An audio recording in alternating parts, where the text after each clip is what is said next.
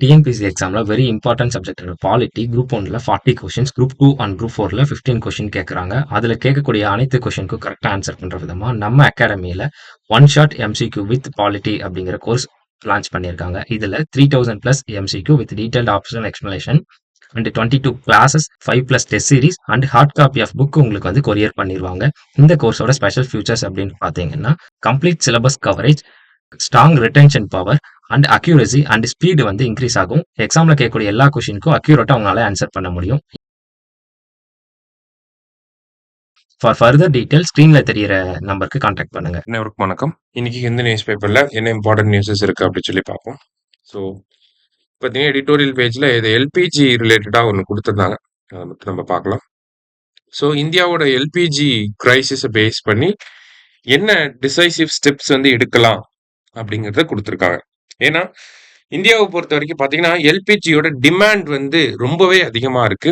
By 2047 பார்க்குறப்ப நம்மளோட LPG demand, energy demand அப்படிங்கிறது மும்மடங்கு ஆகும், ட்ரிபிள் த டைம்ஸ் ஆகும் அப்படிங்கிறது ஒரு அசம்ஷன் அப்படிங்கிறது இருக்கு. சரியா? நம்மளோட டொமஸ்டிக் டிமாண்ட் அதிகமா இருக்கு. ஆனா அட் த சேம் டைம் பார்க்குறப்ப டொமஸ்டிக் சப்ளை அப்படிங்கிறது ரொம்பவே குறைவா இருக்கு. அதுவும் இன் டேர்ம்ஸ் ஆஃப் இந்த ஹவுஸ் ஹோல்டு ஃபியூல், வீட்டுக்கு பயன்படுத்தக்கூடிய எரிபொருள்ல வந்து பாத்தீங்கன்னா ப்ரொடக்ஷன் ரொம்பவே கம்மியா இருக்கு. டொமஸ்டிக் சப்ளை அப்படிங்கிறது ரொம்ப கம்மியா இருக்கு. உள்நாட்டு உற்பத்தி அப்படிங்கிறது கம்மியா இருக்கு. அதனால அதிகமா என்ன பண்றோம் அப்படின்னு சொல்லி பாத்தீங்கன்னா இறக்குமதி தான் பண்றோம்.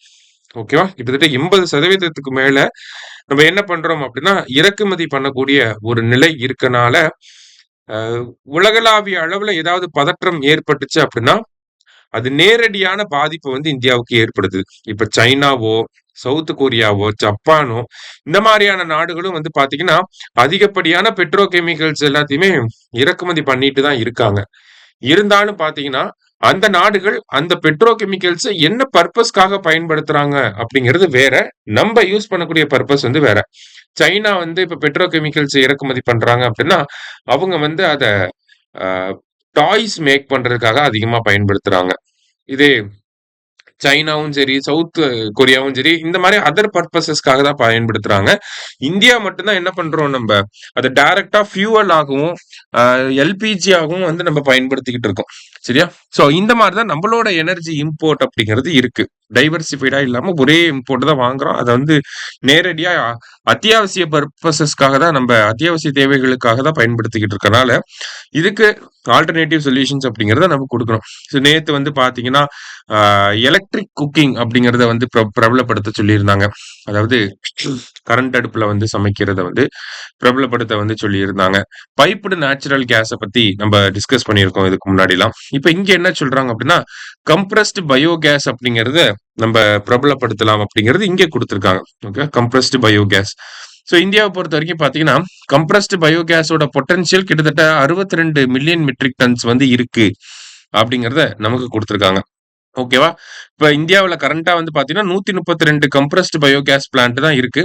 இதை அதிகப்படுத்தணும் அப்படின்னா இது ரூரல் எக்கானமியை சாட்டிஸ்ஃபை பண்ணணும், அதே மாதிரி என்விரான்மெண்ட்டுக்கும் தேவையான ஒரு பாசிட்டிவான ஒரு விஷயமா இருக்கும், கிராமப்புற பொருளாதாரத்துக்கும் நல்ல ஒரு விஷயமாக இருக்கும், எனர்ஜி செக்யூரிட்டியை நம்மளால அச்சீவ் பண்ண முடியும் அப்படிங்கறத சொல்றாங்க. ஓகேவா?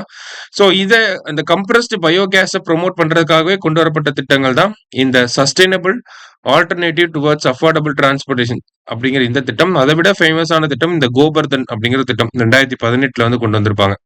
சோ இந்த மாதிரியான திட்டங்கள்லாம் இருக்கு. Galvanising organic bio agro resources அப்படிங்கிற இந்த திட்டம், ஓகேவா, கோபர்தான் அப்படிங்கிற திட்டங்கள்லாம் இருக்கு. இருந்தாலும் இந்த திட்டங்கள்ல இம்ப்ளிமெண்டேஷன் டிஃபிகல்டிஸ் அப்படிங்கிறது இருக்கு. அதை அட்ரஸ் பண்ணிட்டோம் அப்படின்னா நம்ம எனர்ஜி ரிலேட்டடான விஷயங்களை வந்து லோக்கல் சோர்சஸை வந்து டைவர்சிஃபை பண்ண முடியும் அப்படிங்கறத இங்க கொடுத்துருக்காங்க. சரியா? ஸோ இன்னைக்கு இது ஒரு முக்கியமான விஷயமா இருந்துச்சு. மற்றபடி நம்ம இன்ஸ்டியூட்ல வந்து பாத்தீங்கன்னா ப்ரிலிம்ஸ் அண்ட் மெயின்ஸ் ரெண்டுமே ஒரே நேரத்துல சைமல்டேனியஸா படிக்கிற மாதிரி பிஎம் அப்படிங்கிற டெஸ்ட் சீரீஸ் போய்கிட்டு இருக்கு. ஸோ இந்த பிஎம் டெஸ்ட் சீரீஸோட செகண்ட் பேட்ச் அப்படிங்கிறத கம்மிங் April 25th இருந்து நம்ம ஸ்டார்ட் பண்றோம். சரிங்களா? ஸோ சைமல்டேனியஸா ப்ரிலிம்ஸ்லயும் நம்ம ஸ்ட்ராங் ஆகலாம், மெயின்ஸ்லயும் ஸ்ட்ராங் ஆகலாம் இந்த டெஸ்ட் பேட்ச் யூஸ் பண்ணி. ஸோ ஃபர்தர் டீடைல்ஸ்க்கு நம்ம இன்ஸ்டியூட்ஸ்க்கு கால் பண்ணுங்க. ஸோ இன்னைக்கு நியூஸ் பேப்பர்ல இருந்து முக்கியமான விஷயங்களை பார்த்துருக்கோம். நன்றி.